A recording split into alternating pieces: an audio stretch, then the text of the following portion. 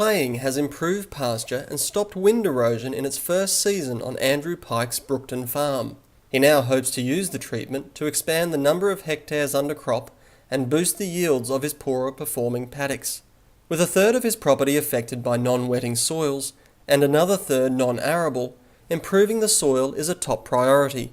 Mr. Pike has trialled spading and growing perennial pastures, both with impressive results, but he says claying in particular has exceeded his expectations. Before I put clay on the paddock, it's a 40 hectare paddock. I could only run sheep on there for maybe like 100 sheep on there for a week or two, a couple of weeks of the year, and now I can run a few hundred sheep all year round on there, sort of thing. That's a massive improvement.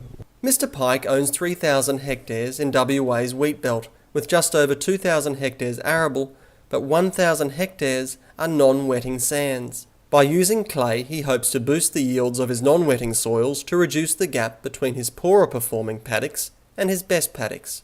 Our average wheat yield overall is probably about 2.2 tonnes. That's including the non-wetting sands. The non-wetting sand, you probably wouldn't really get much more than 1.5 tonnes. Last year, my wheat was only grown on my better dirt and averaged 2.9 tonnes a hectare. So if I could do that over the whole farm, that'd be pretty good. He has spread 250 tonnes of clay per hectare and has used a spader to incorporate it down to 400 millimetres.